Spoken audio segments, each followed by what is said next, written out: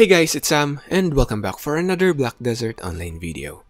Corsair class, aka the new bartering main, has been released yesterday, and so far we are having a blast playing it. The last two classes released has been some of the slowest classes in game. Well, at least during its base form, as Awakening Nova is not really something we can say slow, but the base Nova and Sage has been exactly that, slow. The Corsair class on the other hand has been complete opposite of slow. It is one of the quickest and fastest class in-game. It's quick on its feet, dashing and slashing around using her water hook, while her heavy hitters in mermaid form provides even more ways of initiation, covering huge distances in a short amount of time. Her toolkit really provides creative ways to attack your target. You can literally launch your attack directly on front, sliding left or right, jumping from above, and even below underground. So anyway, let's check on some of her skills right now in this video, and maybe give some PvE or PvP gameplay clips later on. Alright, so her basic attack is called splashing around. Nothing much here but simply her swinging her sword. Her RMB on the other hand is the 2-hit skill with its second hit giving floating effect. The first hit can be cancelled later on to directly go to the second hit by using other skills beforehand. Storming Gale is her third skill, giving plus 20 AP buff while dealing damage at the same time. Tidal Slash is your HP recovery skill with forward guard, which flows into Raging Torrent, which is another forward guard skill, and it is not an exclusive flow as it can be used after Whirlpool, Crushing Wave, and other more skills by pressing both LMB and RMB. Whirlpool is a dash attack with MP recovery, and its flow can stun target on hit. When both skills are used after America's Swing, which is the Grappling Skill, it provides greater damage to the target. Storm Surge is the jumping attack skill with super armor and a minus 15 DP debuff effect. Its flow after Storm gives HP recovery and a knockdown effect as well. Ocean Melody is a disengage skill, giving MP recovery and forward guard while jumping backwards. The next skill, Wave Pout, is a gap closer, which gives 9% evasion debuff on the target, which flows to Tide's Kiss, which throws a ball to your enemy. This gives you MP recovery and, more importantly, a minus 10% reduction for enemies' forward guard, no matter the AP-DP disparity. It is a mid-range skill, so you can instead place this on a hotkey and throw balls to your enemy turtling behind this forward guard. Wave Slash is an attack skill with knockdown effect, which you can follow up with Crushing Wave for additional damage.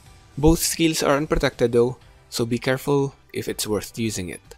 Ocean Pearl is basically a bigger version of Tide's Kiss, which can also decrease guard's gauge by 10% while having forward guard itself. While Overflow is basically Ocean Pearl, which instead of throwing the water ball, you explode it instead. It has a minus 10% guard gauge reduction, but instead of forward guard, you got a minus 15 DP effect and down smash instead.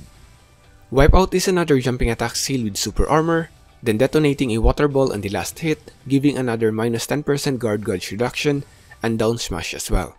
Basically, all skills using these water balls, or pearls as it is called in the skill description, has a guard gauge reduction effect. Up next, we have the transformation skills to Mermaid. Note that all Mermaid attack has the ability to reduce guard gauge by 20%, so I won't mention it each time.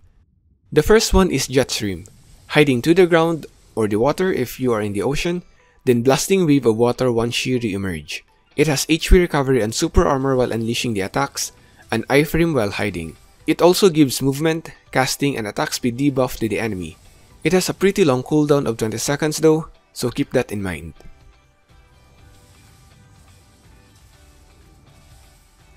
Whale Song summons a water whale to smash your enemies, which gives HP recovery.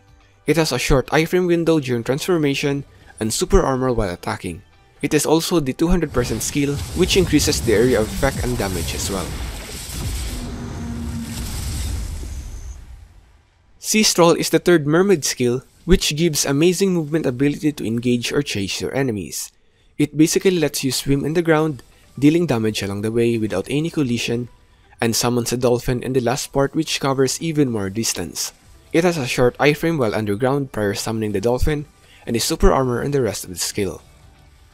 When used with 100% BSR, it has some amazing abilities which include 700 HP buff for 20 seconds, and 200 HP recovery per 2 seconds for all allies you hit, while dealing minus 40% movement casting and attack speed debuff for the enemies. The final mermaid skill is called Spiral Soak, hiding in the ground and summoning 2 whales to drown your enemies. Aside from guard gauge reduction, it also stops guard gauge recovery for 15 seconds on successful hit.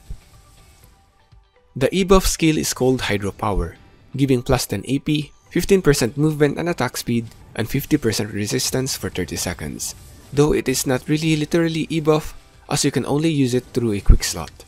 The real E skill is the grappling skill called America Swing, which combos to smooth sailing to move forward, left and right around the point where your grappling hook is tethered, giving super armor and dealing damage while doing it. Squall can also be used while America Swing is active, dealing quick stiffness and HP recovery. Riding Wave is the dash skill of the Corsair with super armor, then the flow, Wave Skedaddle, will let you further dodge enemies' attack with its iframe ability that can be used after any kinds of succession skills. Wave Breaker and Whirling Slash can also be used during Riding Wave, with the latter being a super armor skill. Moving on to the passives, and here is the reason why Corsair can be the new barter main. Sea Longs gives Corsair ships a 1% bonus on all its stats. It's minor bonus but a bonus nonetheless. But more than that, she has an additional 20-second underwater breathing and can swim faster by transforming into a mermaid. She is at least really built in for sea contents. Other passives includes additional evasion rate, AP and HP bonus, and the usual infinite mastery and skilled hunter passives. Note that she is still missing some of the awakening skills, which should arrive once awakening comes out the following months. Anyway, that's it for now guys. Thank you so much for watching and see you in the next video. Peace!